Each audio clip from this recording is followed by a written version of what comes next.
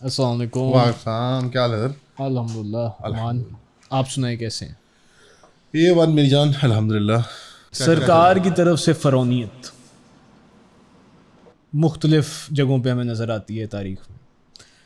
और आज जो हम केस डिस्कस करेंगे हम्म। वो एक स्पेसिफ़िक इस टाइप का ही केस है।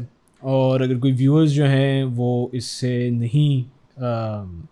फ़ेमिलियर, तो थोड़ी सी मैं इंट्रो आप लोगों को दे दूं कि पोस्ट 9/11 अमेरिका के अंदर एक बहुत बड़ा स्कैंडल हुआ था, जिसमें पता चला था कि हुकूमत जो है और कुछ इंटेलिजेंस एजेंसीज़ उनकी बहुत बड़े एक पैमाने पे जितने भी सिटीजन्स थे अमेरिका के उन पे स्पाइंग कर रही थी, मैस सर्वेलेंस। मैस सर्वेलेंस कर रही थी थ्रू उनके फ़ोन्स, उनके web camps, internet.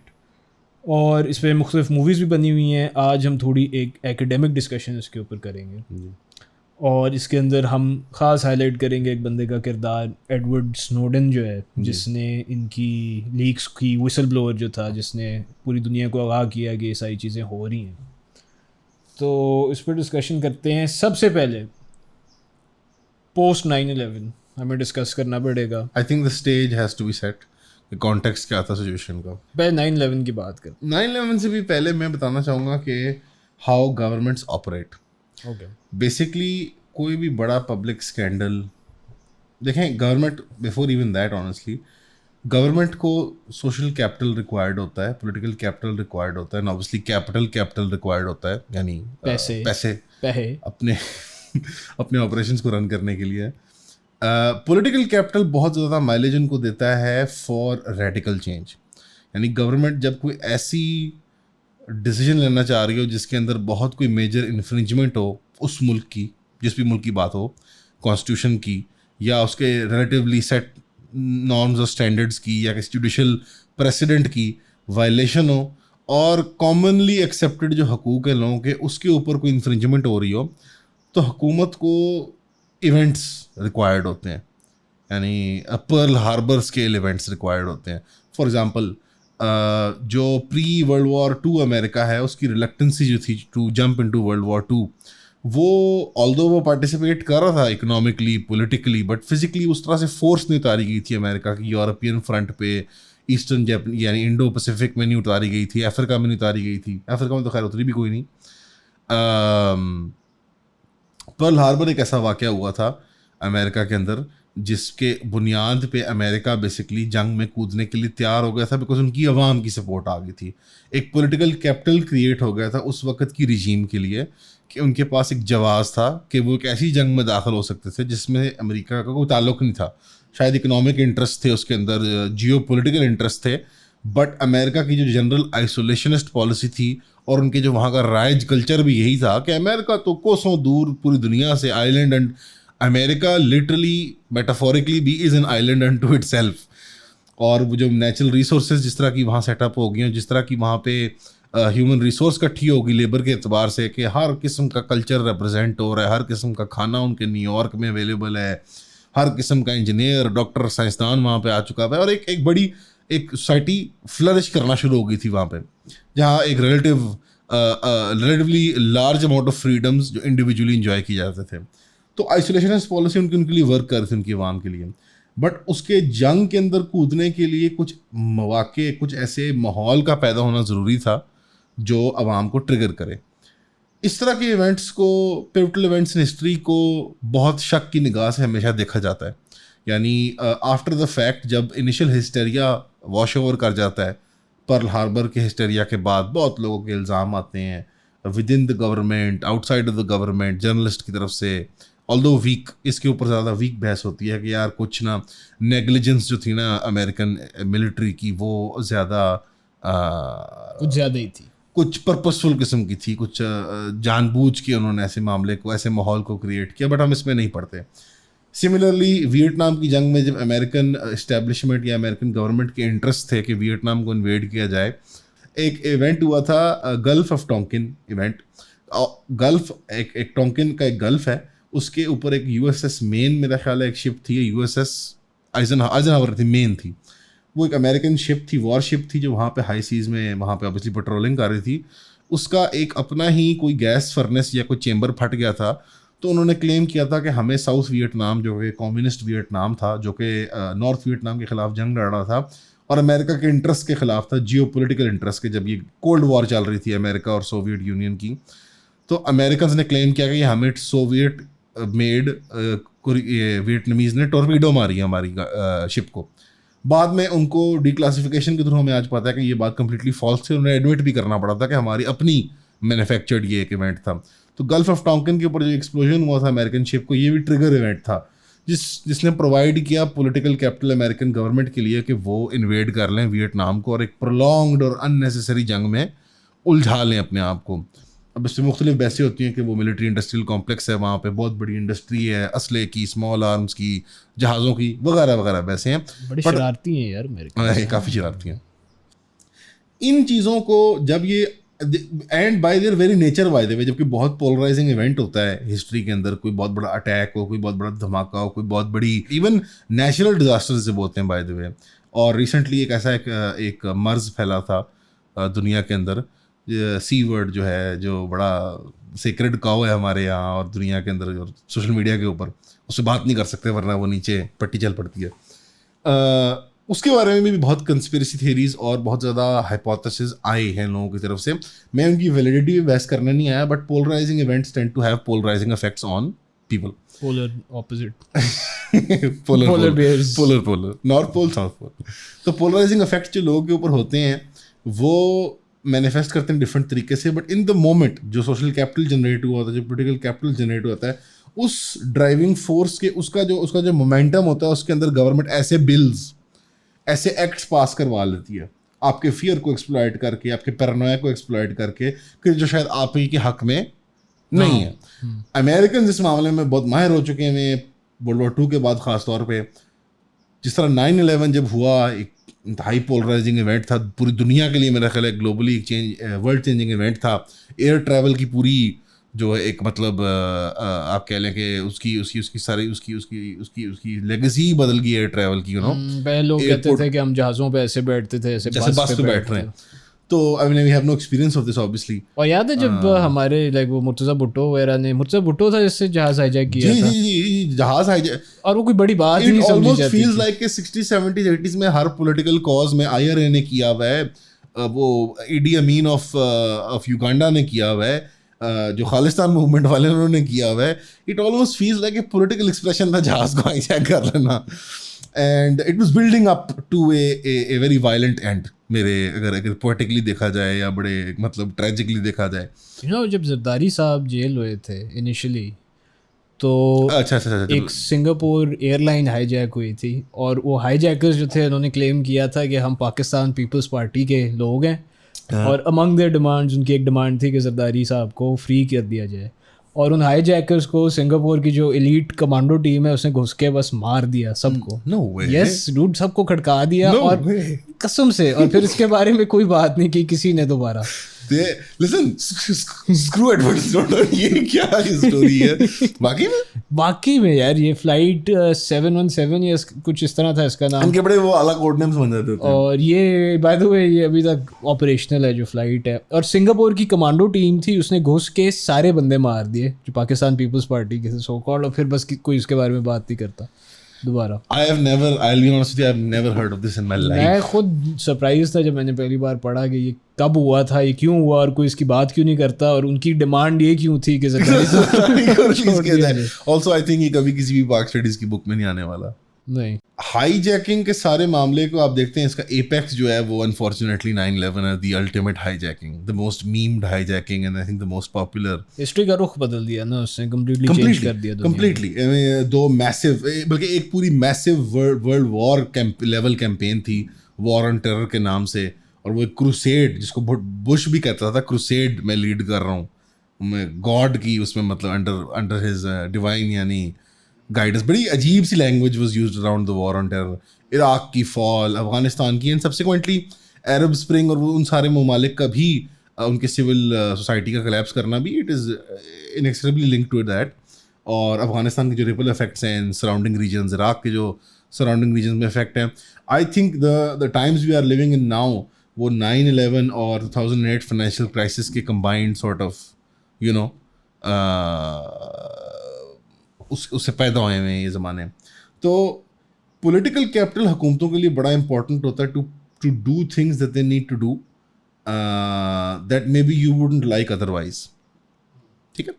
9/11 provided great cover for the US government. George Bush की अप्रूवल रेटिंग आई थिंक कोई 90% या समथिंग। आप सबसे बड़ी मिसाल लें रूडी जूलियानी की, जो इंतहाई अनलाइकेबल शख्स है। आप उसका पूरा पॉलिटिकल ट्रैक रिकॉर्ड देख लें बिफोर एंड आफ्टर 9/11।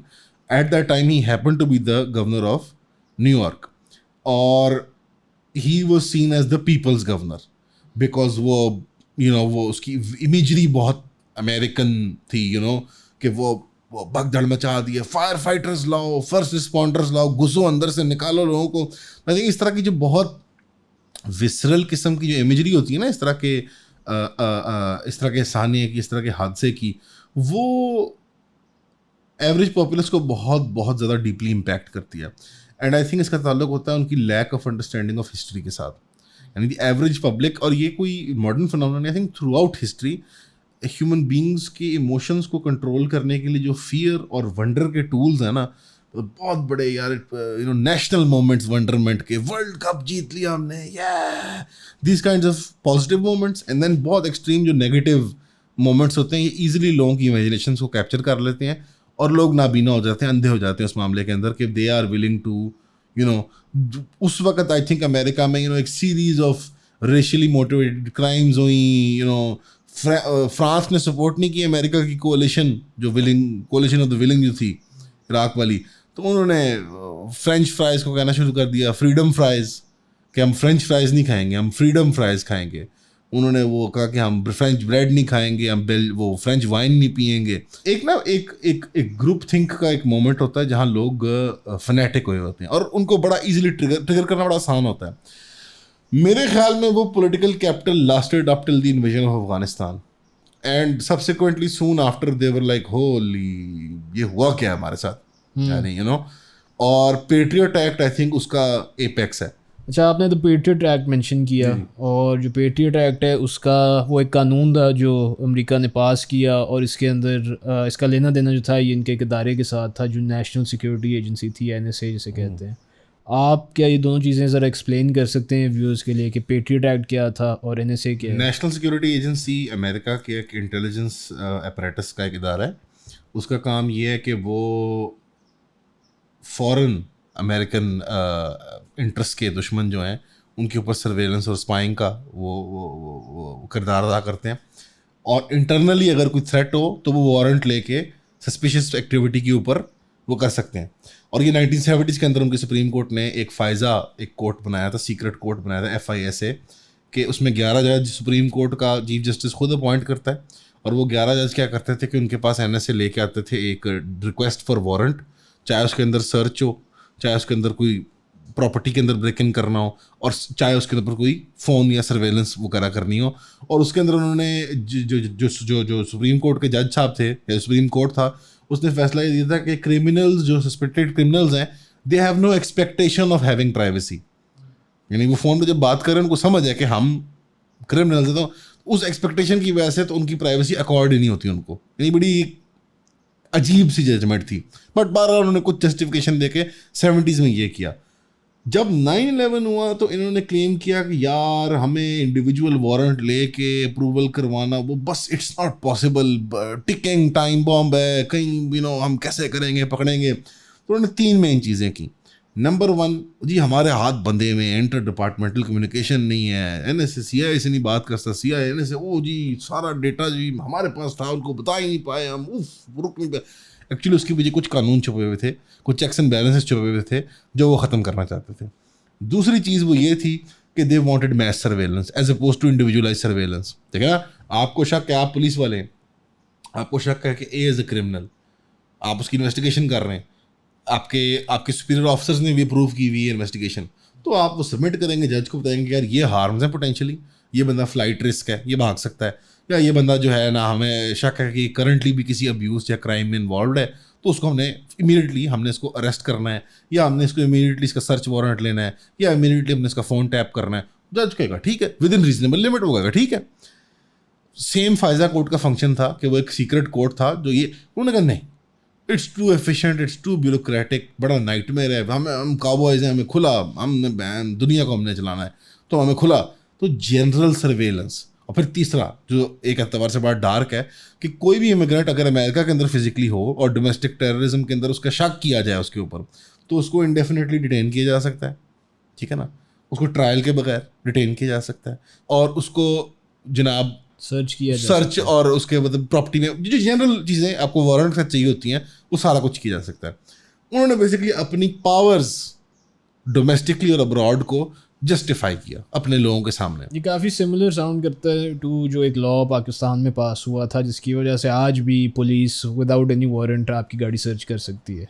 अच्छा, एग्जैक्ट कानून है। आई थॉट कि just do it because rule of law generally नहीं है। नहीं, कोई एंटी टेररिज्म लॉज की वजह से ही जहाँ तक मुझे याद है, मुझे एक वकील ने एक दफ़ा समझाया था कि जो पंजाब पुलिस है वो आपकी गाड़ी किसी whether not this is true, but अगर ऐसे आप कह रहे हैं शायद ऐसी बात हो, अगर कोई जानता है तो कमेंट से प्लीज, वकील है खासतौर पर, वेरीफाई कीजिएगा।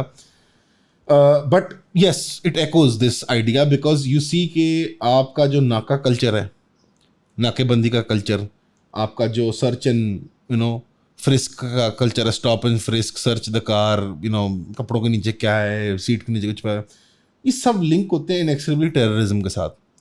Terrorism basically bye it's very name terror induce करता है, लोगों के अंदर खौफ पैदा करता है। खौफ बड़ा आसानी से एक्सप्लॉइट होता है। मुझे जहाँ तक समझ आया, in the game of social, in the game of life, in the game of politics, in the game of ये हमारी कॉन्स्टेंट टसल है to get freedoms and exercise, अपने हम कितना पैर आगे फैलांग सकते हैं अपना, इसके अंदर डरना नहीं अलाउड।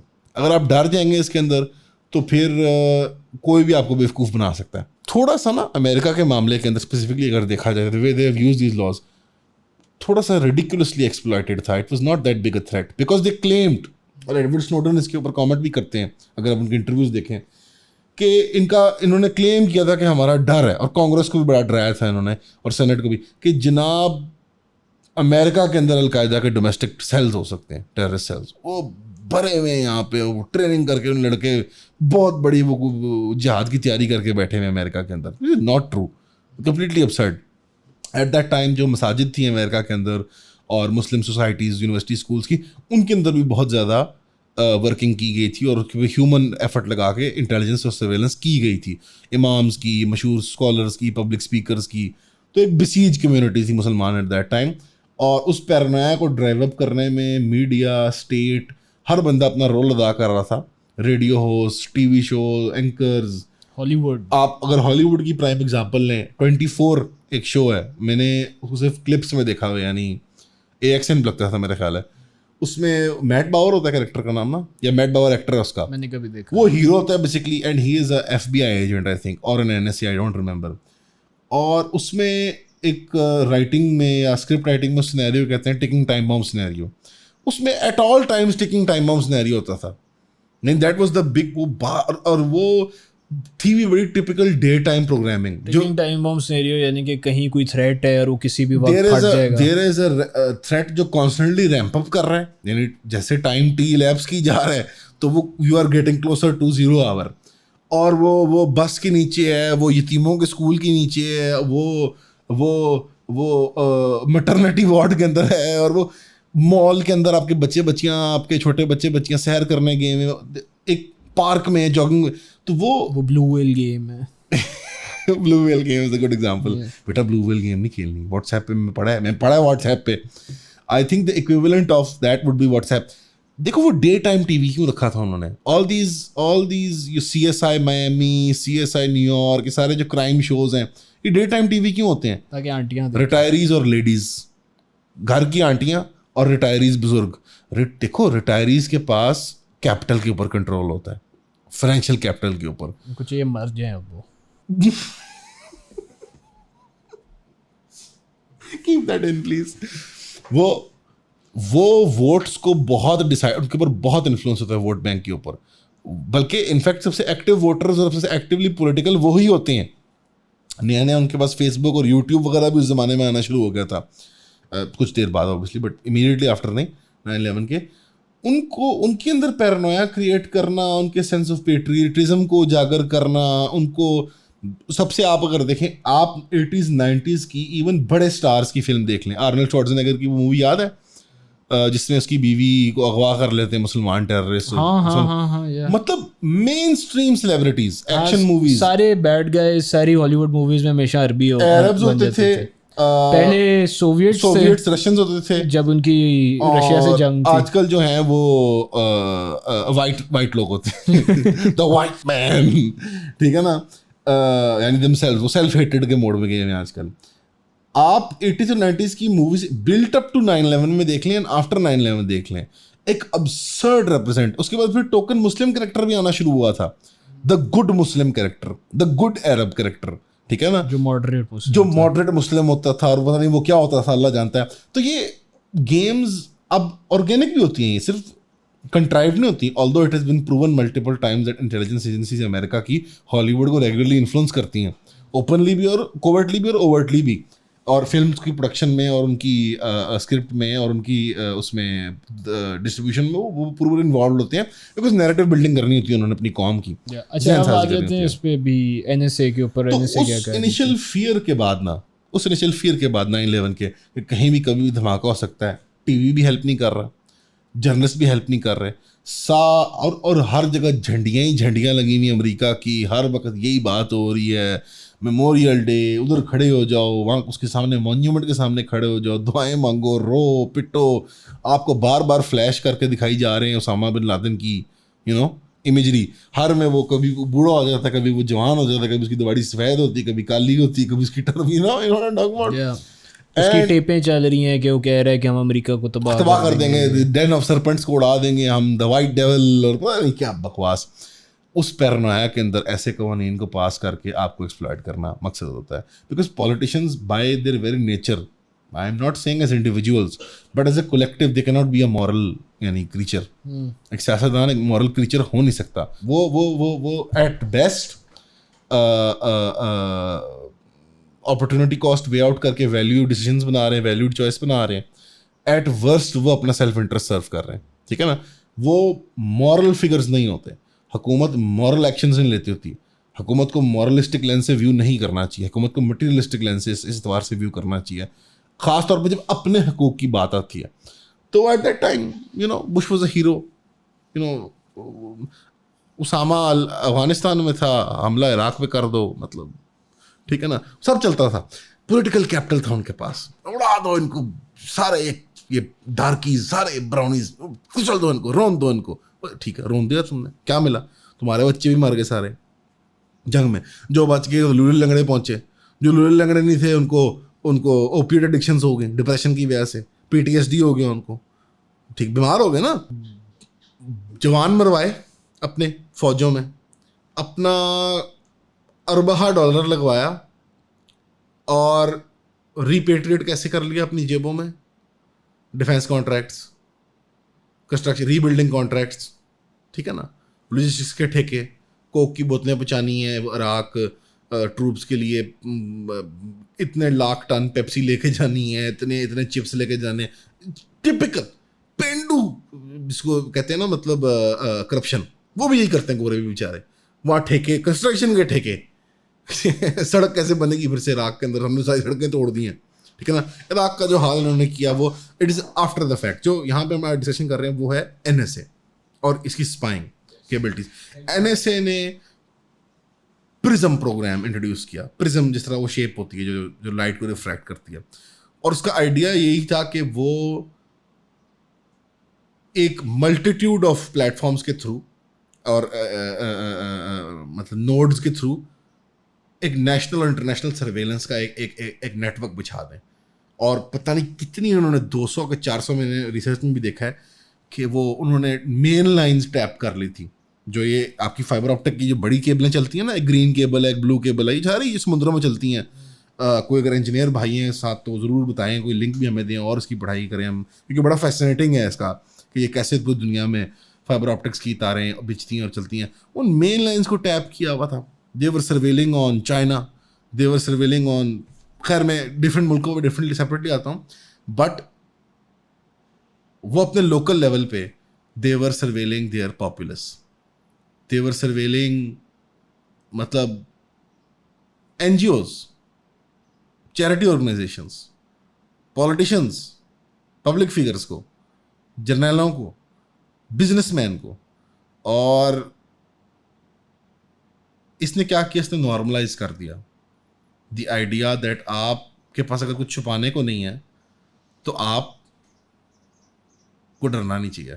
जबकि अमेरिका एज अ कंट्री को उसको देखें जो किंग्स लॉ से निकला है, जो कि एक मोनार्की से भाग के गया था, यानी जब लड़ा ब्रिटिश से और अपनी आज़ादी ली अमेरिका ने वॉर ऑफ इंडिपेंडेंस करके, वो इनोसेंट बिफोर गिल्टी ही वाली पॉलिसी पे चल रहा था ना कि हम मासूम है भाई, यू कैन नॉट। देखे ना, एक पॉलिसी है स्टेट की बादशाहों के ज़माने में, वो यही थी ना, बंदा पसंद नहीं आया, घर में देखो जाके, भाई असला तो नहीं छुपाया हुआ इसने, कोई कॉन्ट्राबैंड तो नहीं है इसके पास, लो उसकी तलाशी, औरतों को उसकी रैस करो, जाके देखो घर में क्या है इसके। निकल आया कुछ, एंड ऑब्वियसली कुछ निकल आएगा, इंसान कुछ ना कुछ तो बोंगी मारता ही है ज़िंदगी के अंदर। किसी के ट्रैफिक के चलान निकल आएंगे, किसी के कोई 10-20 रुपये टैक्स एवेजन निकल आएगी, किसी का कोई वाइस निकल आएगा, पर्सनल वाइस, कोई उसकी इंटेलिजेंस, कोई खराबी, कोई शराब, कोई अफेयर उसका। इसी चीज़ को एस्केप करने के लिए मॉडर्न नेशन स्टेट के अंदर, डेमोक्रेसीज़ के अंदर, सेक्युलर डेमोक्रेसीज़ के अंदर आइडिया यही बनाया गया था कि यार लोग आज़ाद हैं, उनकी प्राइवेसी जो है वो उनकी सेक्रेड है। एक ये ब्रीच ऑफ ट्रस्ट तभी होगा जब एक अप्रूवल के तहत, एक चेक एंड बैलेंस के तहत एक जज राइट ऑफ करता है कि इस बंदे के खिलाफ वारंट है, इसको आप इन्वेस्टिगेट कर सकते हैं, इसके लिए आप सर्चिंग कर सकते हैं, इसका मोबाइल, इसका ईमेल, फेसबुक, गूगल, आप नाम लें, Skype, all the companies were on board. In fact they passed a bill which did not hold accountable the Telco companies, क्योंकि टेलको कंपनीज तो टेक्निकली इलीगल काम कर रहे हैं ना, ब्रीच ऑफ ट्रस्ट कर रहे हैं। यानी हुकूमत ने तो कह दिया हम सर्वेलेंस करेंगे, बट वो सर्वेलेंस, एक है वो कान को इस तरह पकड़ें, एक है वो कान को इस तरह पकड़ लें, टेलको कंपनी को कह दे दो डेटा, वो कहे सर ये लो। अपने लोकली तो कर सकते हैं ना, फेसबुक वगैरह जो इनकी अपनी टेक कंपनीज थी, but the company was doing something illegal, तो उन्होंने उनको क्लियरेंस दी, क्योंकि वो कंपनी, चाहे वो फोन सर्विस प्रोवाइडर था, जिस तरह आपके मुल्क में मोबलिंक वगैरह है, वहाँ पे जैज़ वगैरह, यहाँ पे वहाँ पे वराइजन है, ठीक है ना, और एक और है बड़ी मशहूर AT&T, उन कंपनीज को क्लियरेंस दी। ये है टॉप लेवल पे जहाँ से डेटा आ रहा है, उन कंपनीज को क्लियर करने के लिए, क्योंकि अमेरिका के अंदर जो प्राइवेसी लॉज हैं वो बड़ा सीरियसली लेते हैं। इलीगल होता है, आप अगर अपनी प्राइवेसी या अपनी डिटेल्स किसी कंपनी को दे रहे हैं तो वो टर्म्स एंड एग्रीमेंट्स इस तरह हम अक्सर पढ़ते हैं, उसमें वो कहते हैं कि हम ये किसी थर्ड पार्टी के साथ नहीं शेयर करेंगे, पर ऑफ कोर्स अक्सर हमेशा उसके अंदर कोई चोर दरवाज़ा होता है कि हम सिर्फ ये वाली इन्फॉर्मेशन शेयर करेंगे। चोर दरवाजे का कल्चर पेट्रियट एक्ट नहीं ट्रिगर किया। देखो, डेटा सेल करना प्राइवेट कंपनीज का इस तरह से, देखो ना, एक तो है टेक कंपनीज, देखें किस तरह ऑपरेट कर रही हैं, एक तो है ना डेटा कंपनीज, जो आपकी टेलको है, टेलीकम्युनिकेशन नेटवर्क है, AT&T है, वराइजन है, पाकिस्तान में जैज़ है, ये वो तो आपको डेटा प्रोवाइड कर रहे हैं, यानी इंटरनेट आपके थ्रू आ रहा है या फ़ोन सर्विस उनके थ्रू आ रही है, उनका डक्का तो चलो समझ आ गया कि यार ये तुमने यहाँ पे लगाया। फिर जो ऐप्स हैं, जो ब्राउज़र बेस्ड या फ़ोन बेस्ड ऐप्स आप इस्तेमाल कर रहे हैं, फेसबुक हो गया, स्काइप हो गया, माइक्रोसॉफ्ट था इसके अंदर इन्वॉल्व, गूगल हो गया, सर्च इंजन, दुनिया का सबसे बड़ा सर्च इंजन, इसके बाद कुछ रह गया, कोई माइकल लाल नहीं है दुनिया के अंदर जो गूगल के बगैर चल रहा हो, या ईमेल अकाउंट होगा या कुछ और होगा उसका, ठीक है ना। इन कंपनियों को इंसेंटिवाइज किया, देखो ना, वो एडसेंस से कमाते हैं, वो एड रेवेन्यू से, बैनर एड से कमाते हैं, उनकी कमाई में एक और स्टेप डाल दिया उन्होंने। इट्स नॉट कि वो पहले को मॉरली बिहेव कर रहे थे कि वो डेटा बड़ा सिक्योर था सालों का वहाँ पे, but you have to think the service is free. आपको फ्री सर्विस देता है? फ्री कुछ नहीं होता, there is no such thing as a free lunch. The services were all free, social media की, सर्च इंजिन्स की। आप प्रोडक्ट थे, हम प्रोडक्ट थे, हुकूमत ही वो चीज़ थी जिसने रोकना था इस चीज़ को।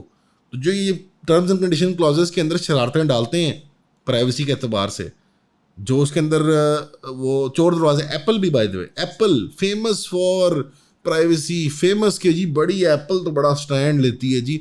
Apple was involve patent act के अंदर, यानी not directly in the act but the subsequent PRISM program, जो प्रिज्म, यानी प्रिज्म मेरे ख्याल उन्होंने पूरी स्पेक्ट्रम को वो सजेस्ट करने के लिए नाम भी बड़े खतरनाक रखते हैं यार वैसे। बाकी एक्चुअली आई थिंक वो पहले एक्रोनिम बनाते हैं फिर बाद में वो कहते हैं कि एक्चुअल प्लान क्या है। गोरे क्या बात है, वापस आ जाओ। ट्रेनें बड़ी अच्छी नहीं वापस। सर जो उन्होंने रेलवे ट्रैक्स बना दिए ना सर, बेटा कोरा अफसर जो था ना वो टाइम पे आता था, टाइम टाइम पे। वो आपकी इस तरह आपकी बटन का कॉलर खुला हो ना, कॉलर का बटन खुला हो, वो आपको कत्ल कर देता था। he would murder you sir, He would shoot you on sight. sight buggers। लड़ी ये डिसिप्लिन। अब अगर एक डिक्टेटर आके एक दफा लटका देना सबको। बेटा चाइना में अगर मिलावट हो ना वो शूट कर देते सारे फैक्ट्री के स्टाफ को। सर वो चौक में खड़ा करके भेजे में गोली मार देते हैं सर, जैसे होना चाहिए। जैसे होना चाहिए। रूल ऑफ लॉ क्या होता है यार। ये देखो ना, देखो the tendencies that human beings have ना फॉर सिक्योरिटी स्टेट्स, वे बहुत स्ट्रांग है। स्ट्रांग मैन तो सबको पसंद है। देखो स्ट्रांग, जब स्ट्रांग मैन मिला बुश वाला, जंगें करवाई, नहीं बाबा, जल्दी से उन्होंने ओबामा को इलेक्ट कर लिया। एक इक्लेक्टिक पढ़ा लिखा वकील, style, swagger, minority community, first black president, rights की बात करता है। मैं ड्रोन बंद कर दूंगा, मैं जंगें बंद कर दूंगा, मैं सारों को हेल्थ केयर दे दूंगा, मैं सारों को फ्री एजुकेशन दे दूंगा, सबके मैं लोन माफ करवा दूंगा। कुछ कख नहीं किया। बट द रिएक्शन, ये जो बैरोमीटर है लोगों का, बिकॉज अवाम, देखो दुनिया में कहीं भी अवाम की सिविक ट्रेनिंग जानबूझ के नहीं की जाती। अमेरिका में जब पढ़ाते भी हैं सिविक्स स्कूल के अंदर, वो वैसा नहीं पढ़ाएंगे कि वो कल को हुकूमत का गिरेबान पकड़ लेना। वो बेवकूफ़ तो नहीं है ना, बेवकूफ़ तो नहीं है। अवाम क्योंकि फिलोसॉफिकली या आइडियोलॉजिकली ड्रिवन नहीं है इनफ, यानी हमारे से कोसों आ गए यार। बहुत उनकी बड़ी सोच है, उनकी बड़ी स्ट्रगल है अमेरिका को बनाने में, उनकी अवाम की 200-300 साल की। But the government will try its best to dumb you down. Private companies will try their best to dumb you down. Anyone and everyone with power will try to keep you dumb. आपका काम है अपने आप को educate करना। American people के reaction time फिर बेहतर है, मैं कहता हूँ यार। फिर कुछ वहाँ पे ऊंच नीच, पेट्रियट एक्ट को कितनी यार एंटी बाद में मिली। और इनफैक्ट इसका बड़ा अच्छा एग्जांपल एडवर्ड स्नोडेन हिमसेल्फ है। Let's talk now about, we are coming to the apex. हाँ, कि ये सारी इंफॉर्मेशन आज हमें क्यों पता है।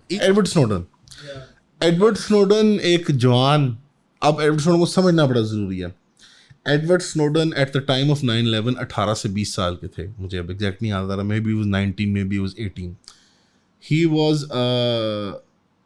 थ्रू एंड थ्रू, उनकी फैमिली मिलिट्री के अंदर, जुडिशल यानी स्टेट अपरेटस के अंदर उनकी थ्रू फैमिली फॉर जनरेशंस चलती आ रही थी। यानी ट्रू एक अमेरिकन पेट्रियट किस्म की फैमिली थी। जिस एरिया में वो रहते थे वहाँ सारे रिटायरीज और हाजिर सर्विस, फौजी, इंटेलिजेंस, जुडिशरी, यानी उस मोहल्ले के अंदर ही इनका वो माहौल था। He grow up in a very patriotic house. America से बड़ी मोहब्बत थी। हमेशा से थोड़े से टेक नर्ड थे, अर्ली इंटरनेट अडॉप्टर थे, अर्ली कंप्यूटर टेक्नोलॉजी अडॉप्टर थे। 90s की ये बात है, अर्ली 90s लेट 80s की बात है। He basically was very disinterested in school. वो बताते हैं अपने इंटरव्यूज़ में, अपनी खुद जो बायोग्राफी है उनकी। एंड ही ऑलवेज फेल्ट कि वो कंप्यूटर के साथ ही had much to learn computer के थ्रू। वो स्कूल में इंटरेस्टेड नहीं, तो he dropped out of high school. और उन्होंने अपना GED, जो उनका FA का इक्विवेलेंट होता है, वहाँ हाई स्कूल इक्विवेलेंसी होती है, वो प्राइवेटली दे रहे थे अपने। और पहले .com बबल, जो 90s में पहला .com बबल आया था, .com बबल क्या है इसकी हम डिटेल में नहीं जाते, बट पहले इसको हम कह सकते हैं द फर्स्ट सर्ज, जब इंटरनेट की इस्तेमाल और वेबसाइट्स और उस काम में जब माइक्रोसॉफ्ट वगैरह सब बने बड़े आपके जायंट्स। ही स्टार्टेड, इनकी एक कॉलीग थी, इनकी दोस्त थी मोहल्ले की aunty, older lady. She her husband used to work in NSA and she ran her web development business from home. तो ये और वो रहती ही थी on a compound, on intelligence and military compound husband के साथ अपने। तो ये वहाँ चल के जाया करते थे उनके पास, उनके घर के करीब ही था। और ये वहाँ उनकी कंपनी में as a small work from home company थी, इनके एम्प्लॉय बन के, यार मैंने तुम्हारी स्किल्स देखी हैं इस काम में, तुम अच्छी डेवलपमेंट कर रहे हो। और ये पैसे कमाने लग गए, साथ अपना ये FA भी कर रहे थे, हाई स्कूल भी कर रहे थे स्नोडन साहब। तो कहता मैं खुश, लग गई, लाइफ सेट हो गई। कहता मैं बेस के ऊपर था आई वाज एट जॉब, अपना काम कर रहा था। तो एक कंपाउंड था, एक बंद बेस थी जहाँ पे इंटेलिजेंस अपरेटस, उनका हस्बैंड घर से चल के, उस लड़की का, उनकी जो बॉस थी वो चल के जाया करता था अपनी जॉब करने, और ये घर पे बैठ के वेब डेवलपमेंट का काम करती थी। इनकी स्मॉल कंपनी थी। कहते इनके हस्बैंड का फ़ोन आ गया मेरी बॉस का, मेरे घर वालों जैसे ही थे। उन्होंने कहा एड को भेज दो, एड इन लाड से उसको कहते थे, इसको घर भेज दो, बेस बंद होने लग गया। कहते मैं हैरान, बेस 24 घंटे चलती थी, उसके अंदर इंटेलिजेंस वाले, मिलिट्री एक्सरसाइज हो रही है, ट्रूप्स बैठ, मतलब वो पूरी छावनी थी, प्रॉपर कंपाउंड था पूरा एरिया, कि यार कुछ मामला ख़राब हो रहा है। He was 19 eight that time. कहते जब मैं निकला तो मैं कहा पता नहीं अभी आधे घंटे में ठीक हो जाएगा, मैं वापस आ जाऊँगा, कोई इमरजेंसी हुई है, not knowing what had happened. कहते जब मैं बाहर गया तो जम्मे गफीर गाड़ियों का, बेस से निकलते हुए भी, और to the town traffic blocked और हॉर्न। कहते हैं हज़ारों गाड़ियों के टी टी टी टी, क्योंकि बेस के अंदर हज़ारों फैमिलियाँ, 1000-2000 फैमिलियाँ रहती थी, तो गाड़ियाँ भी उस हिसाब से। कहते हैं कुछ इमेजरी ना मेरे जहन में बड़े वो, उनके लिए बड़ी विसरल इमेजरी थी, तो वो बड़ा वो उसका ना बड़ा वो ऐसे वो फीवर ड्रीम की तरह डिस्क्राइब करता है। कहते हैं 9/11 हो गया था, पहला अटैक हो गया था, पहला टावर हिट हुआ था यानी, और स्पेकुलेशन हो रही थी उस इदारे के अंदर कि कहाँ कहाँ हिट हो सकती है। उन्होंने कहा था हमारे इंटेलिजेंस के कंपाउंड, जिस तरह ये कंपाउंड है मिलिट्री, इस पे हो सकती है, पेंटागन पे हो सकती है, वगैरह वगैरह, व्हाइट हाउस पे हो सकती है। कहते सारे लोग जिनका काम था to sit that extra 1 hour on the computer, checking for phone lines, checking for intelligence को गैदर करने में, सिक्योरिटी अपरेटस कंप्लीटली अपनी जान बचा के भाग रहे हैं। He was very affected by that vivid imagery कि यार हमने इनको इतनी ताकत दी हुई है, इतनी ताकत, किसी सीइंग इट फर्स्ट हैंड, जहाँ वो रहता था, इतना माहौल है यहाँ पे, और ये सबसे पहले जो है they are living the compound. Because कहते यार मैकडोनल्ड में तो जहाज गिर सकता था ना, चक्की चीज वहाँ की एक मशहूर फूड चेन है, कहते उस पर भी जहाज गिर सकता था ना, प्लेग्राउंड पे भी गिर सकता। ये टारगेट्स ठीक है, high priority high security targets exist करते हैं, but he felt, and it's his opinion, I don't agree with him, थोड़ा सा इमोशनली ले रहा है इस चीज़ को, हाई प्रायोरिटी टारगेट्स पहले खाली होते हैं, but I think that was a big turning point from him 9/11। He felt के it was not very patriotic the way they behaved, कि वो जल्दी से सारे एवैक्यूएट कर गए, अपनी जान बचा के वो भाग गए। वो जो एक होता है कि जो कैप्टन है वो शिप के साथ एंड तक रहता है। Exactly this also triggered in him, जो कि लेटेंट उनकी, कहते हैं मैं यंग था, मैं बहुत वनरेबल था उस वक्त, और मैं बड़े कहते हैं इमोशनल माहौल जो बना हुआ था, हमने डिस्कस भी किया पोस्ट 9/11 पैरानोया का, नेशनलिज्म का। कहते हैं मैं, मेरी लेटेंट पेट्रियोटिक टेंडेंसीज जो थी फैमिली की मेरे अंदर ट्रिगर हुई, and he decide to join the army, special forces specifically. At that time army ने उस नेशनल ड्राइव को, उस पैरानोया को एक्सप्लॉइट करने के लिए एक यूएस मिलिट्री ने एक स्पेशल प्रोग्राम भी इंट्रोड्यूस कर दिया था कि आप डायरेक्टली इंडक्ट हो जाएं स्पेशल फोर्सेस में, rather than going through regular boot camp and army, and then army के बाद आप फिर टेस्ट दें, आप डायरेक्ट स्पेशल फोर्सेस में जाएं। 2 साल का बूट कैंप था। 19 साल का बच्चा with high school graduation and a decent amount of tech based work experience. कहते हैं मैं चला गया थिंकिंग एडवेंचर है, अमेरिका के लिए जा रहा हूँ, कुर्बानी है, जज्बा है, 9/11 है, एंड कहते हैं I was also sick of the tech work. बड़ा मुझे ना वो बोरिंग, बोझ लगना शुरू हो गया था कि मैं कब्रों में बंद हूँ। या इसका फ्रेम बहुत कमज़ोर था, he is very weak boy, he was 60-70 kilos only. जवान आदमी 60-70 किलो का इज़ वेरी, यानी पतला लंबा आदमी है, बहुत कांगड़।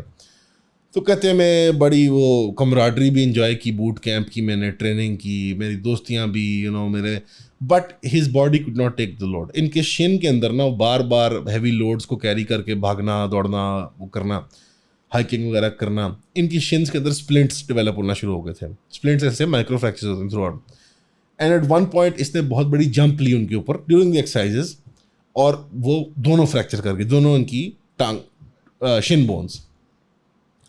डॉक्टर ने इसको ऑप्शन दी कि तुम्हें एडमिनिस्ट्रेटिव लीव पे निकाल देते हैं हम। वो भी बड़ा एक फ़नी किस्सा है कि डॉक्टर ने कहा अगर या तो तुम स्लॉट मिस कर दोगे तो तुम्हें पूरा बूट कैंप फिर रिपीट करवाएंगे। उसने डराया, उसने मौत दिखा के बुखार दिया इसको बेसिकली, तो तुम एडमिनिस्ट्रेटिव लीव ले लो।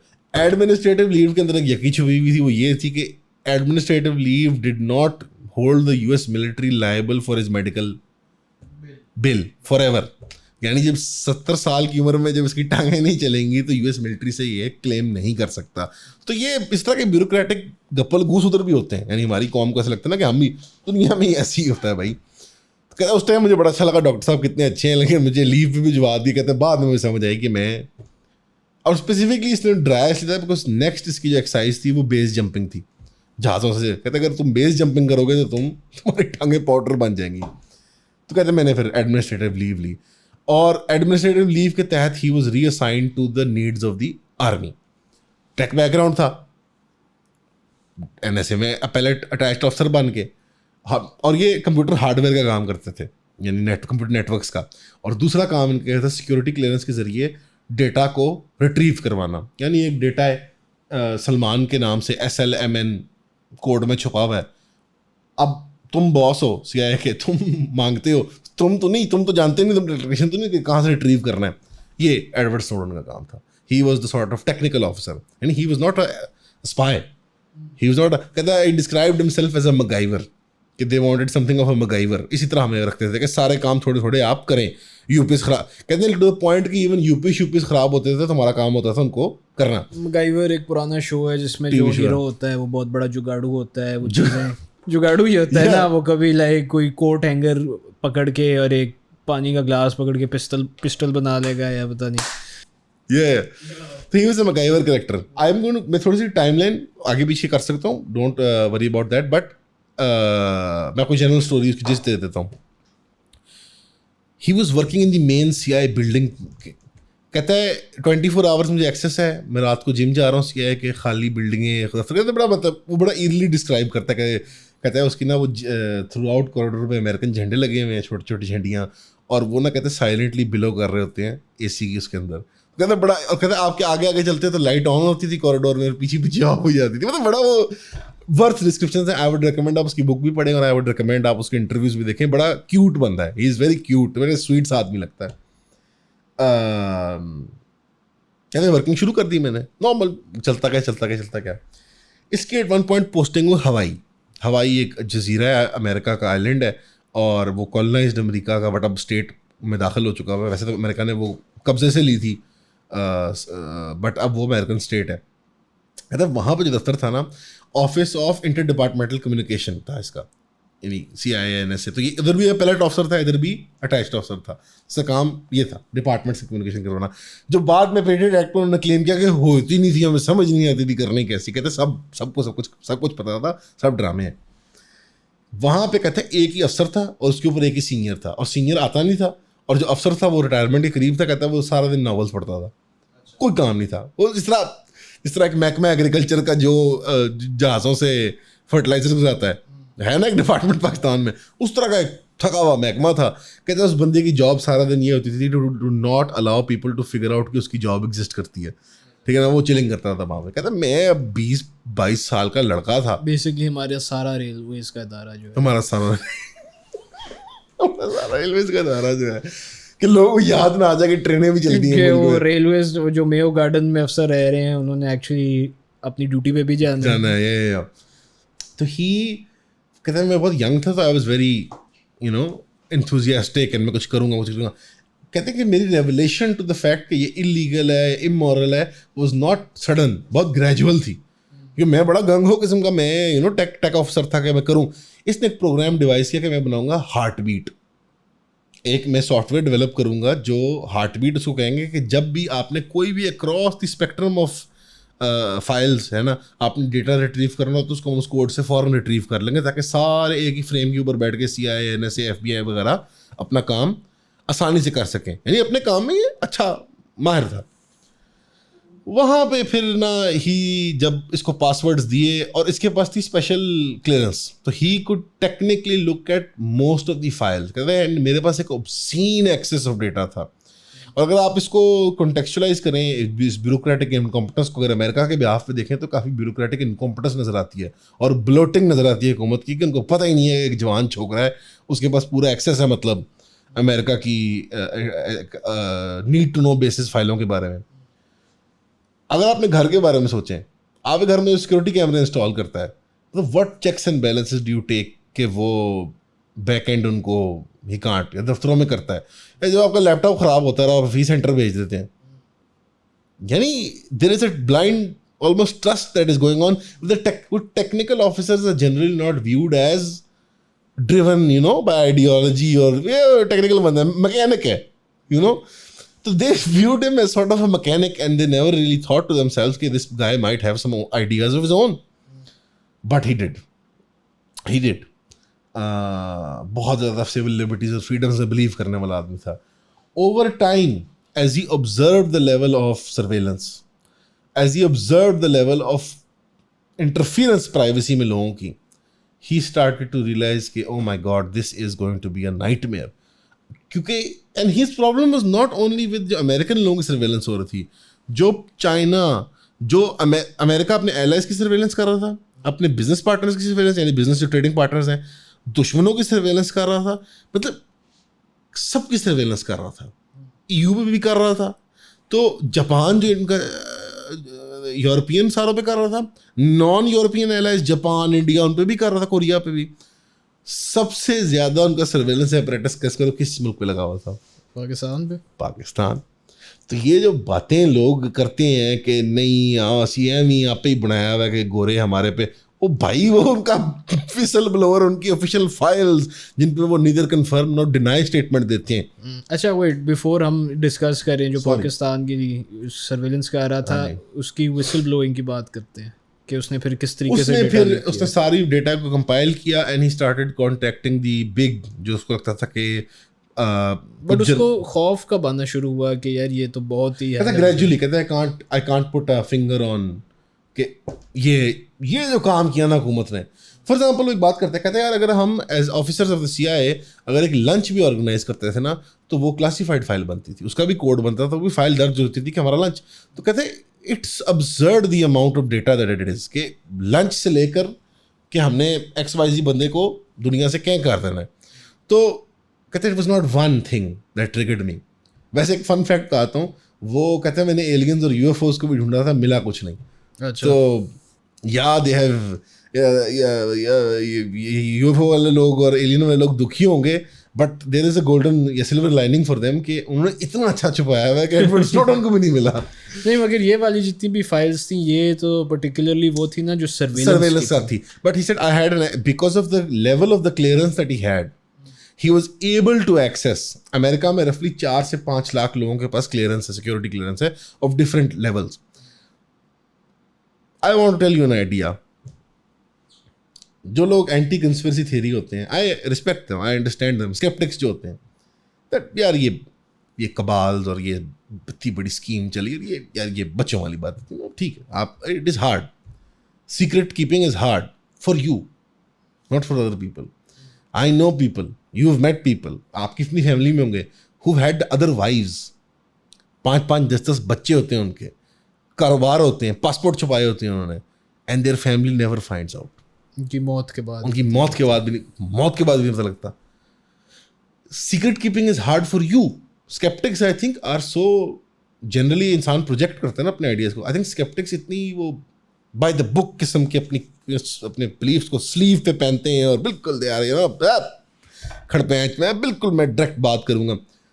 आई थिंक आप इतने माकियावेलियन और इतने वो नहीं है, कनाइविंग नहीं है. आप एक शराफत है, बल्कि मैं कहूँगा दुनिया का ऐसा हाल नहीं है. लोग बहुत चालाक होते हैं.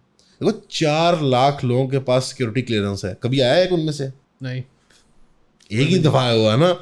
तो अगर 4 लाख लोग एक सीक्रेट रख सकते हैं, सीक्रेट रखते हैं ना, whether malicious secrets or just benign secrets, but secrets are kept officially for the state. Official record में 4 लाख लोगों के पास अमेरिका में as of 2018-19 एडवर्ड स्नोडन जब ये क्लेम किया था, 4 लाख लोगों के पास सिक्योरिटी क्लियरेंस.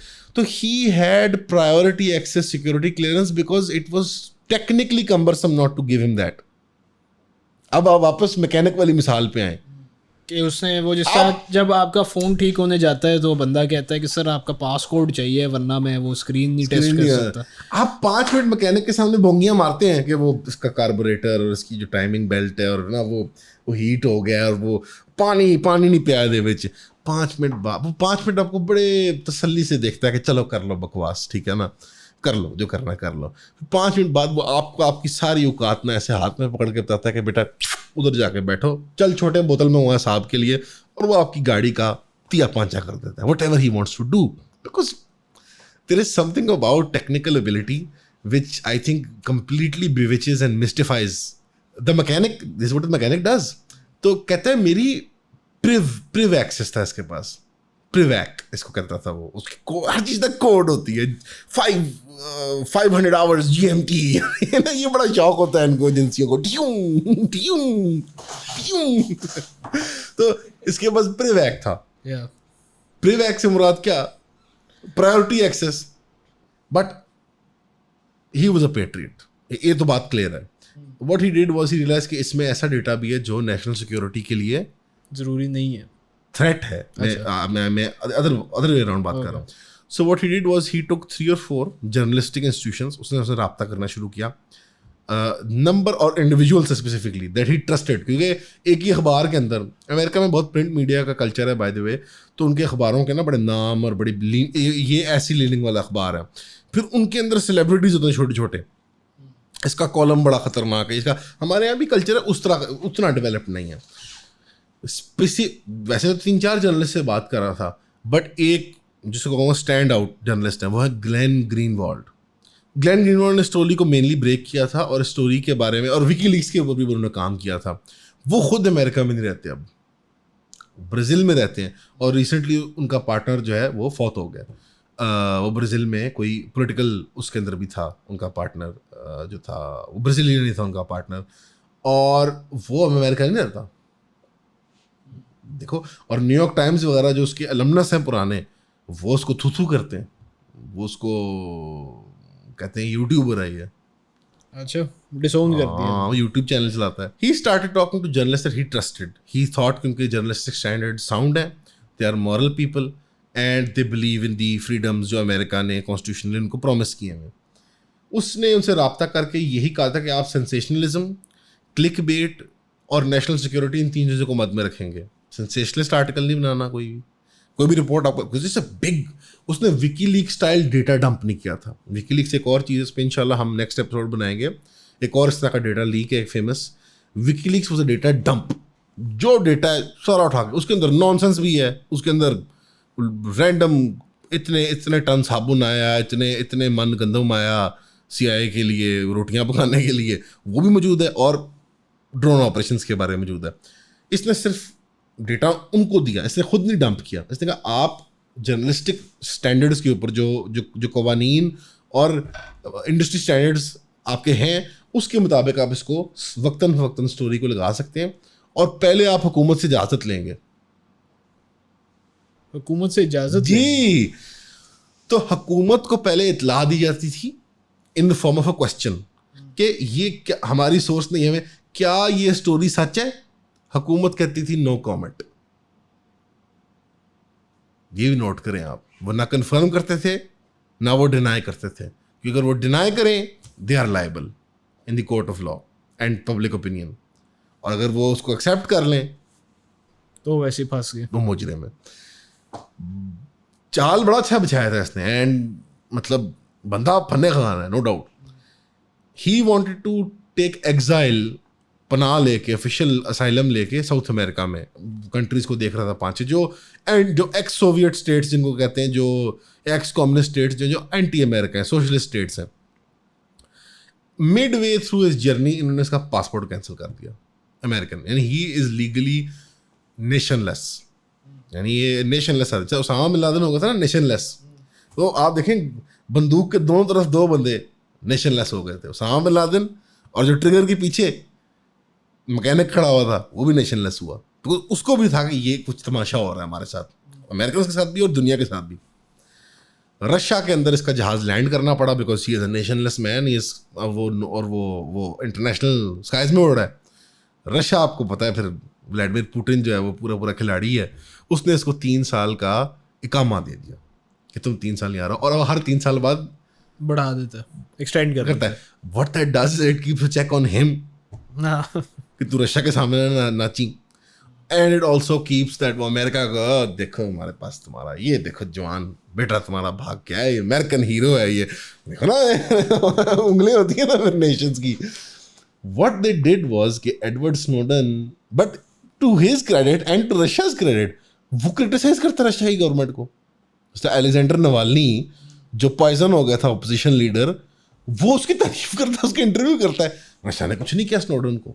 मतलब and it's not a moral thing, ऐसी बार्गेनिंग चिप है वो उनके पास कि वो कहते हैं इन्हों नहीं हाथ लाना. ठीक है, लेकिन अच्छा एक सेकंड के लिए इस चीज़ पे आते हैं, बस इस फैक्ट को डिस्कस करते हैं कि वहाँ एक बंदा उसने देखा कि जो हुकूमत है, जो स्टेट है, वो मैस लेवल पे सर्वेलेंस कर रही है अपनी कौम पे, और दूसरों में वो डेटा गैदर कर रही है.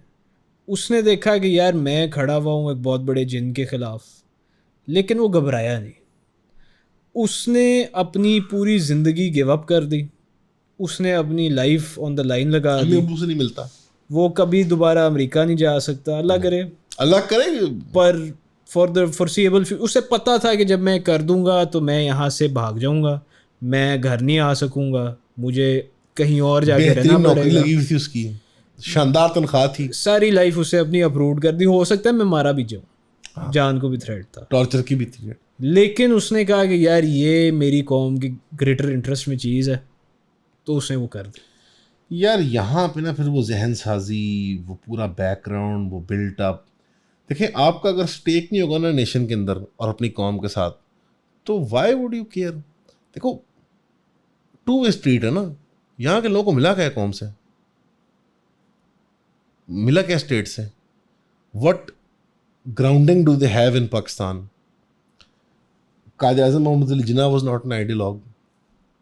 उनको बनाने की हमने तोड़ मोड़ के, अल्लामा इकबाल को हमने तोड़ मोड़ के, यार वो एक शायर थे, मल्टीपल स्टेजेस के थ्रू गए हैं, हमारे कौमी शायर हैं, बट कोई एक छाप तो नहीं होती ना आपके ऊपर के अल्लामा इकबाल की जो ये पोइट्री है ना स्पेसिफिकली ये पाकिस्तान की विडिशन आइडियोलॉजी है.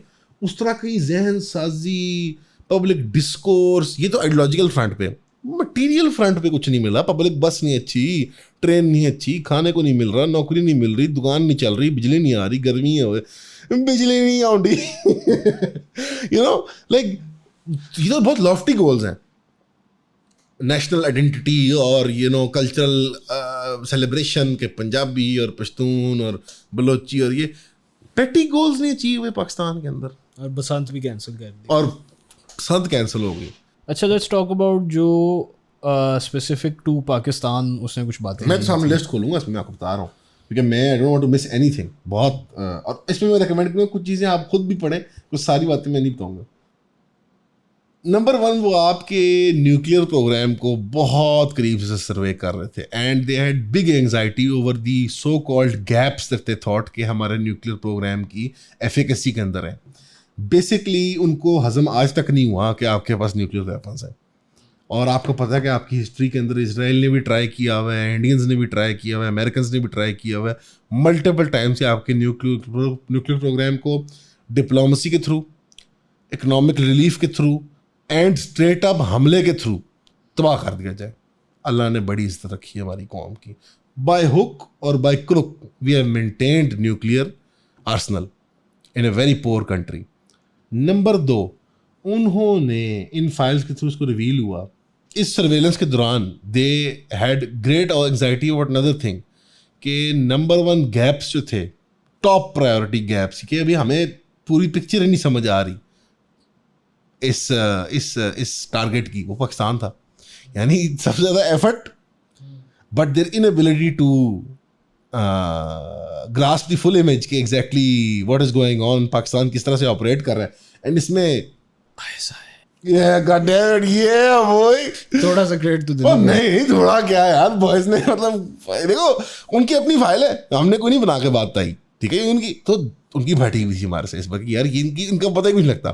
तीसरी सबसे खतरनाक चीज है, दे स्पेंड $2.6 बिलियन फाटा के अंदर.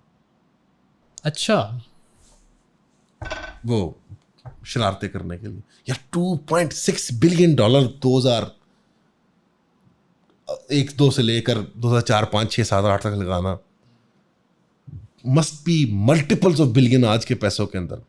टू वही टेररिस्ट एक्टिविटी। कितने हमारे लोग शहीद करवाए इन्होंने, कितने लोग शहीद करवाए पाकिस्तान के, जबकि हम उनके एलाय थे। यानी Pakistan was an ally, Pakistan was an ally to the Afghan Taliban, Pakistan was trying to mitigate the American interference both drones के ज़रिए और ये सिविल वो उभारते हुए जो शरारतें करवा रहे थे। And Pakistan was also resisting raw operating. यार क्रेडिट नहीं मिलता, बट पाकिस्तान की हालत क्या रहेगी यार सब कुछ करने के बाद। देखो इस पे मैं बात करूंगा कि पता है यही लोग खुश होते हैं अगर फिल्में मिलती हैं इनको इन्हीं चीज़ों के बारे में। This how fickle human beings are यार। ये भी तो बात अप्रिशिएट करो कि हम इन्हीं चीज़ों के बारे में 20-30 फिल्में देखी होती हैं ना हमने हॉलीवुड स्टाइल, कि हम इधर भी लड़ रहे हैं उधर भी लड़ रहे हैं, ये भी गेम कर रहे हैं वो भी गेम कर रहे हैं। 10 स्पाई नॉवल आए होते, यही लोग कह रहे होते दे दिया हमने, उड़ा दिया। यार अप्रिशिएट तो करो। When playing the great game, Afghanistan is the great game, British ने नाम दिया था इसको। कौन खेल के इसमें से has come out with their clothes clean and intact? कौन निकला इस गेम में से? कीचड़ ना लगा उसको। But Pakistan has managed it यार टू ग्रेट एक्सटेंट। मतलब अप्रिशिएट तो कर। हाइंडसाइट में तो सारी पॉलिसीज पे, हाँ प्रिंसिपल पे हम बहस कर सकते हैं कि वेदर नॉट हमें इस तरह खेलना चाहिए था। हम अमेरिका के खिलाफ स्टैंड लेते, हम कहते हैं no we don't, we are going down with the ship. Afghanistan के साथ हम भी जाएंगे नीचे, खोलो ये ड्यूरेंट लाइन खोलो, हम भी लड़ेंगे मिलिटेंसी। बट जियो स्ट्रेटजी ऐसे नहीं खेली जाती। States do not make moral और इम्पल्सिव और emotional decisions. I am not justifying what Pakistan did, but I am saying why I think it happened the way it happened. जो सारी negative चीज़ें आती हैं, there are secondary and tertiary consequence of that. Primary goal तो ये नहीं होता ना कि इंसर्जेंसी बढ़ जाएगी मुल्क के अंदर। प्राइमरी गोल है कि मस्त हाथी आ रहा है, पूरी कहता है मैं सेंट्रल और साउथ एशिया को उड़ा के ले जाऊंगा, यानी अमेरिका। ऐसे कितना सी तुम्हारी तुम सारों की। देवर इंसेंस्ड 9/11 के बाद, देवर इंसेंस्ड। मैं एक इंटरव्यू देख रहा था कि हमारे एक इंटेलिजेंस की कोई ऑफिसर जनरल साहब गए हुए थे वहाँ पे अमेरिका में, a night before 9/11 or 2 nights before 9/11, with the morning of when he was flying back and he was called back, requested back कि आप अभी मत जाएं, हमें मिले। तो कहते हैं जो रात को मेरे साथ हार्ट टॉक कर रहा था CIA चीफ, वो आंसुओं से रोक के झप्पी लगाई कि अब आप हमारे काम आएंगे। भाई तो उनको समझ ही नहीं आई कि उनके साथ हुआ क्या है। और मुशर्रफ ने एक दफ़ा बड़ा अच्छा जवाब दिया एक फोरम पे। जनरल मुशर्रफ साहब तो फौत हो गए। He was very I feel like even in his older years he was very cognitively lucid and बड़े तकड़े किस्म के जवाब दिया करते थे। एक प्लेटफॉर्म पे थे, एक फोरम पे थे किसी यूरोपियन नेशन के अंदर, on some sort of geo strategic इसके ऊपर ना पॉलिसी के ऊपर बहस हो रही थी। वो एक कोने में कोई यूरोपियन प्रोफेसर था, बहुत पुत पुत कर रहा था। वो कहता है कि एबटाबाद में ओसामा कैसे था, तो वो ऐसे वैसे था। उसने कहा वैसे ही था जैसे 9/11 हुआ था। मतलब जवाब देखो, बिकॉज स्टेट क्राफ्ट के अंदर morality takes a back seat. State craft के अंदर the more confused your enemy is, the better job you have done. In fact a good intelligence agency का काम ही यही है, to create confusion and chaos. Whether not we agree with it morally, मैं कहता हूँ सेपरेट डिबेट है। हमने एज नेशंस डिसाइड करना है, एज पीपल्स डिसाइड करना है। But bad actors will always exist within and without, and danger and terror will always create a sense of insecurity. तो that sentiment, उसको काबू पाना, उसको सीखना। मैं आपको इसमें आप सल्लम की मिसाल देता हूँ। आप सल्लम को मुनाफिकों का पता था? बिल्कुल। एक वक्त था जब मुनाफिकों का नहीं पता था, यानी सारे दुश्मन रसूलुल्लाह को जाहिर नहीं किए थे वही के जरिए अल्लाह ने, फिर वक्त के साथ साथ सारे जाहिर कर दिए। He never killed them. He never killed any of his enemies. ये पॉलिटिकल चपकलिश में जंग में कोई आ गया ठीक है, लड़ाई में कत्ल हो गया ठीक है। आप नोट करें, he did not have a tendency to kill. वो एक बात किया करते थे कि रसूलुल्लाह जब सहाबा कहते थे कि सो एंड सो को हम कत्ल कर दें, he is conspiring and he is doing this and doing that, ये वो इसने बड़ी सुबह किया, ऐसे किया, ये सेट कि नहीं। मोहम्मद यानी सल्लल्लाहु अलैहि वसल्लम अपने आप को कहते हैं कि लोग कहें कि मोहम्मद अपने असहाब को कत्ल करता है, ही किल्स हिज कंपेनियंस, यानी अपने ही आदमी को मार दिया करता रहता है। बहुत बड़ी बात है, बहुत बड़ी बात है। उन्हीं रसूलुल्लाह के जो शागिर्द हैं, जो उनके 4 मेन आप खुलफा देख लें, सैयदना अबू बकर ने ज़कात वालों को लड़ाई की ना, द मोमेंट दे सरेंडर के ज़कात देंगे उसी वक्त चलो चलो वापस अपने उहदों में चलो, वापस जैसे जैसे थे, एज यू वर। ठीक, इतना बड़ा दिल, जो राजा है, जो सुल्तान है, जो किंग है, जो प्रेसिडेंट है, से इतना बड़ा दिल होना चाहिए उसका। हज़रत उमर के ज़माने में सस्पेशन था ना कि वो खुसरो, क्या नाम था उसका, अबुल फिरोज, जो पर्शियन स्लेव था, कि ये मारे का सस्पेशन। उन्होंने कहा आप ठीक है इसको अरेस्ट कर लें, साहबा ने कहा। उन्होंने कहा नहीं, इनोसेंट बिफोर गिल्टी, उसी ने कत्ल किया, शहीद हो गए। यानी अपनी लाइफ, अपनी रिट स्टेक पे लगा सकते हैं, कानून नहीं तोड़ेंगे भाई। Moral man have to take the task and moral women have to take the charge. Syedna Usman के बाहर कितने दिन बुलवाई खड़े रहे, तोड़ फोड़ की, मस्जिद में उनको आने दे रहे, मीठा पानी नहीं आने दे रहा। He did not order them to be killed. कोई हमला, कोई उनके खिलाफ प्लान साजिश नहीं करवाई उन्होंने, अपने बंदे नहीं बुलवा लिए उन्होंने। इवेंचुअली उनकी जब वो प्रोटेस्ट, जब वो अगली हो गए, टर्न कर गए, तो कैसे हाथापाई हुई, उस्मान शहीद हो गए। इंटेग्रिटी। हज़रत अली को देख लें आप, मस्जिद में शहीद हुए। He could have had security, he could have had a complex built around him, कि इमाम वाले एरिया के अंदर कॉम्प्लेक्स है, उसके अंदर वो वो सिक्योर रहे, but did not. Principle stance था। तो आई अंडरस्टैंड कि स्टेट्स एंड ये चीज़ें, they are not moral affairs, they are practical affairs, but somewhere हमें अपनी इनसिक्योरिटीज़ को, अपने खौफ को काबू पाना पड़ेगा, वरना people will take you for a ride.